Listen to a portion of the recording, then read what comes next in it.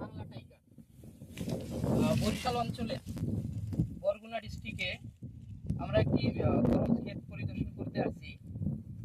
তো এখানে অনেক জাতের তরমুজ লাগাইছে কৃষক ভাইয়েরা, কিন্তু তার মধ্যে আমাদের বাংলা টাইগার এজে নবধারা সিডের বীজ লাগানোর পর ফলন যে পরিমাণে হয়েছে,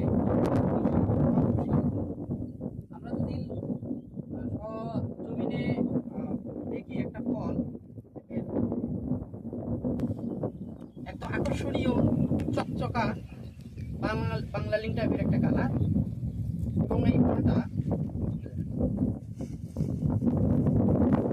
কমপক্ষে 13 কেজি ওজন হয়েছে।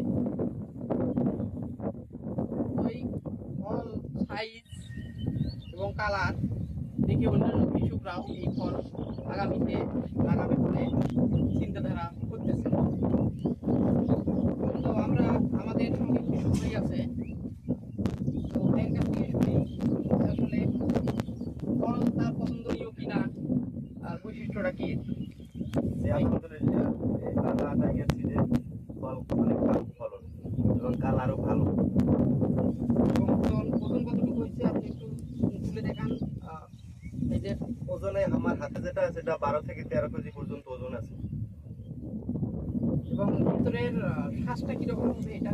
ভিতরে স্বাদও ভালো, কালার গ্যারান্টি এবং লাল টকটকে এবং মিষ্টিও আছে।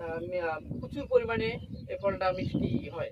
অন্যান্য ফল দেখা যাচ্ছে শুধু পানি পানি লাগে, কিন্তু এটা মূলত লাল টকটকায় থাকবে ভিতরে এবং চিনির মতন একটা ভাব থাকবে এবং প্রচুর পরিমাণে মিষ্টি। এই যে নবধারা সিডের বাংলা টাইগার হাইব্রিড।